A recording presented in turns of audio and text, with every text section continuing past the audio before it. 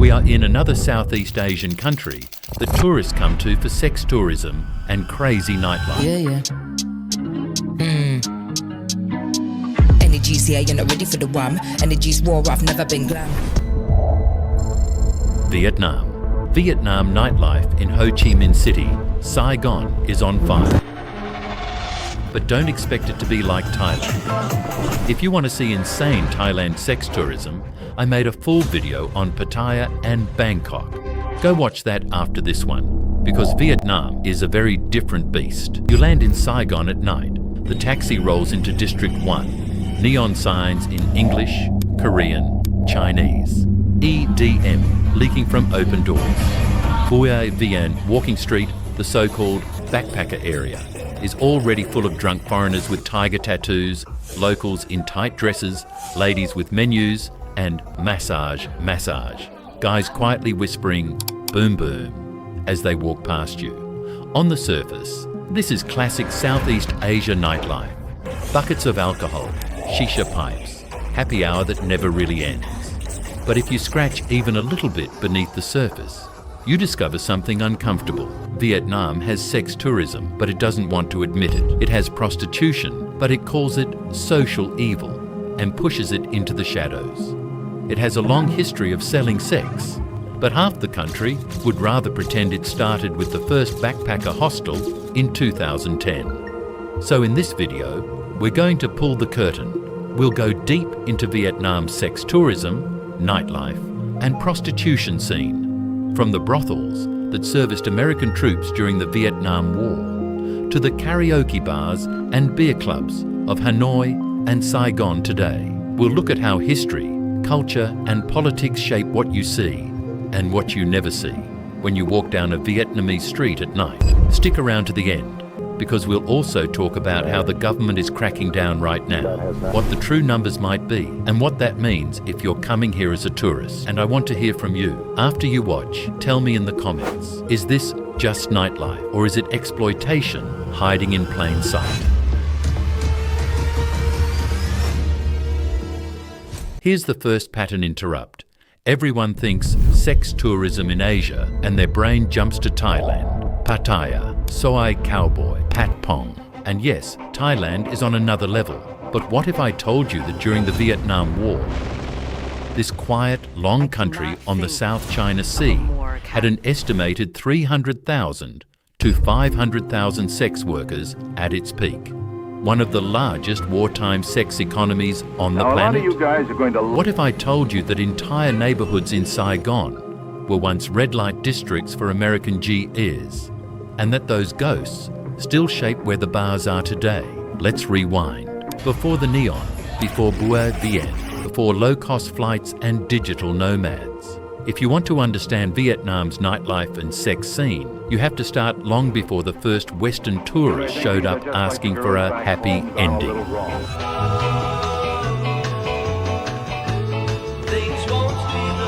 Pre-colonial Vietnam, like most societies, had prostitution. Court records and village chronicles talk about entertainment women and concubines. Confucian morality condemned sex outside marriage, but reality on the ground was messier. In port cities like Hoi An and Hai Phong, you had taverns and inns where sailors paid for sex. It existed, but it wasn't yet an industry reshaping cities. Then came the French. From the late 1800s, when France colonized Indochina, prostitution became not just tolerated, but regulated. The French brought their own model. Brothels registered with the authorities. Periodic medical checks to control venereal diseases among soldiers and colonial officers. Red light zones in Saigon and Hanoi. Colonial police reports describe maisons de tolérance, tolerated houses, where Vietnamese, Chinese and mixed-race women served French clients. Women were often recruited from poor rural families, sometimes trafficked, sometimes pushed by poverty. By the 1930s, Saigon had a reputation as a rough port city, full of opium dens, cabarets and brothels. The architecture of some old districts, narrow alleys behind facade streets near the river, still reflects that past. But even then, what was happening was largely local. Colonial elites, soldiers, Sailors. Not yet the global mass sex tourism we see elsewhere. The real explosion came with America and the Vietnam War. I cannot think of a more cataclysmic event than the Vietnam War. The Vietnam War, roughly from the late 1950s to 1975, didn't just reshape geopolitics, it reshaped bodies and cities. South Vietnam, allied with the United States, became a vast military staging ground, and with hundreds of thousands of American troops came demand for alcohol, music, and sex. During the 1960s and early 1970s, Saigon, Da Nang, Nha Trang, Cam Ranh, and other bases saw a massive expansion of the sex trade. Researchers and contemporary reports estimate that at the peak of the war, there were somewhere between 300,000 and 500,000 sex workers in South Vietnam. Let that sink in a country of only a few tens of millions, up to 500,000 women, and some men selling sex, many directly servicing US military personnel. Bars spread around every base. In Saigon, areas like Cho Lon and Tu Du Street, now Jong Koi, turned into neon strips of bars, tea girls and short-time hotels. American G is on R and R lined up with beer in one hand and a woman on the other. Pay was high by local standards. One night could equal weeks of factory work.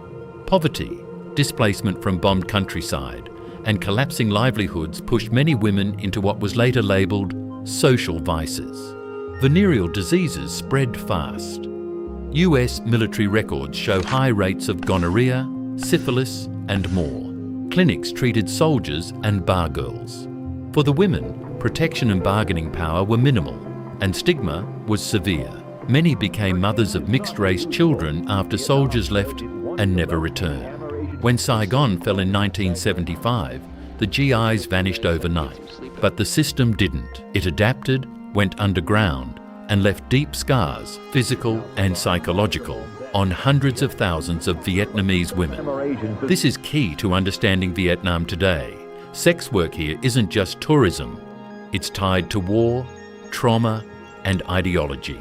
After reunification, the new socialist government framed prostitution as a symbol of imperialist corruption. Post-1975, Hanoi launched campaigns against Tệ nạn xã hội, social evils like prostitution, gambling, and drugs. Propaganda depicted workers crushing these vices.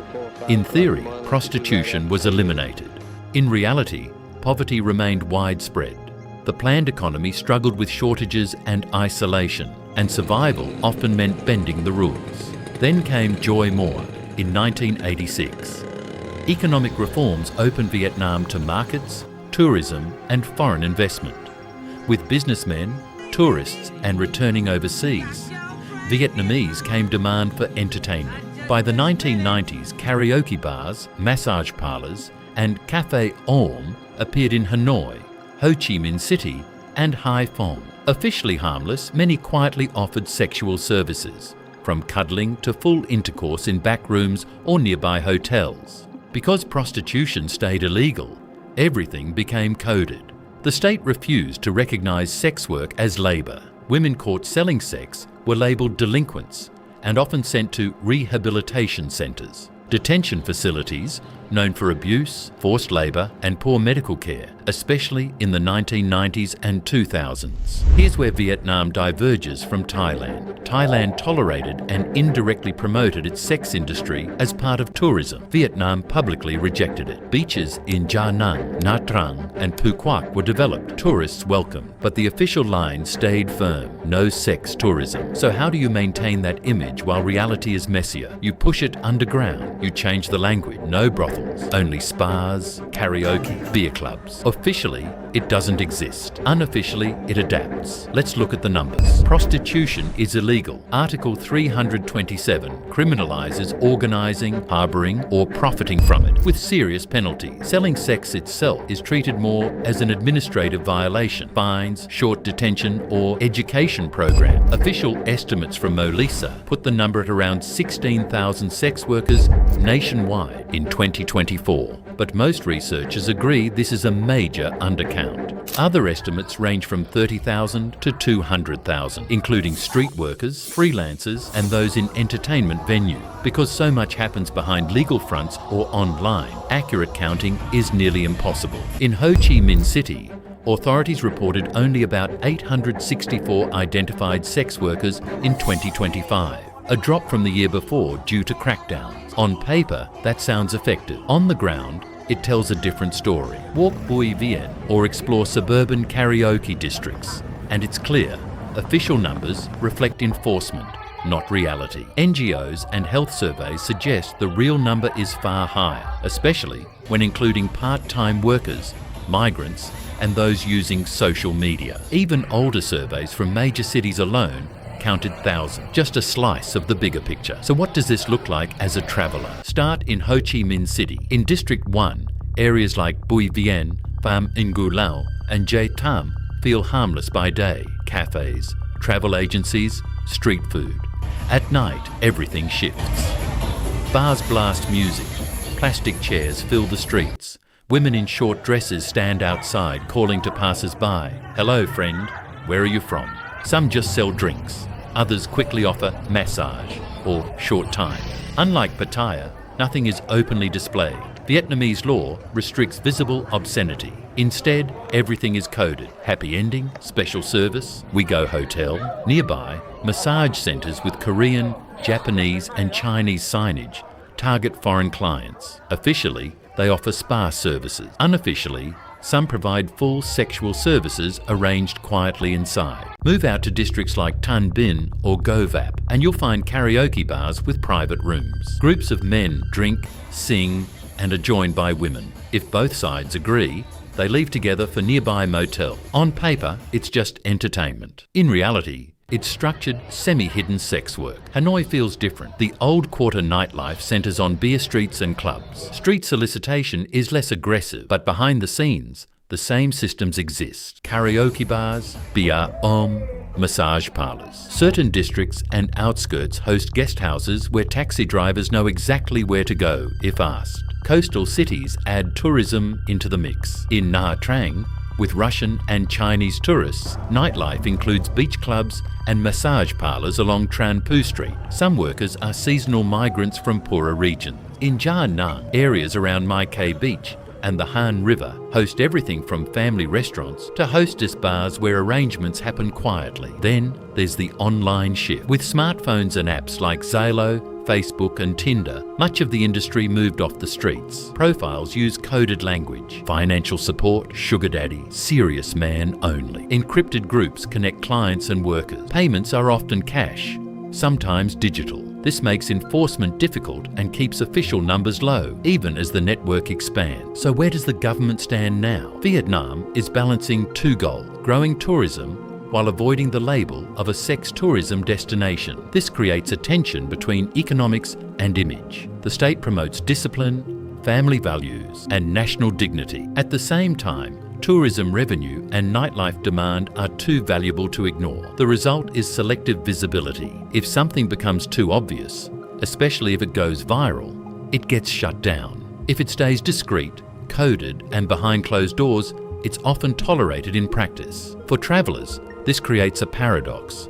Most come for food, landscapes and history, and Vietnam delivers from Ha Long Bay to Hoi An, from Cu Chi tunnels to Ja Lat's coffee culture. But a smaller group arrives for nightlife and something more. Vietnam isn't built to openly cater to them like Thailand. There are no official red light districts. Everything operates under plausible deniability. A man can say, "I went to karaoke," and everyone understands. Tour companies don't advertise it, but hotel staff might quietly point the way if asked indirectly. Walk alone in parts of Saigon at midnight, and you may be approached by women offering massage, by intermediaries, sometimes even with photos shown on a phone like a menu. Say no, and they move on. Say yes, and you enter a world that exists, but officially doesn't. If you've made it this far, you're not looking for surface-level travel tips. You're trying to understand what really happens after dark. So here's what to do next. Stay on this journey. Subscribe. and turn on notifications so you don't miss the next deep dive into the hidden sides of travel. Then share your story. Have you walked these streets at night? What did you actually see? What did you feel? And if you want to go deeper into how war shaped entire industries across Asia, watch the next video on Pattaya. Because travel isn't just beaches and landmarks. It's choices, it's power, it's whose reality exists behind someone else's vacation. Vietnam's nightlife is energetic, chaotic and alive. But it's also a mirror. The question is, what do you see when you look into it? Click the next video, stay curious, and I'll see you there.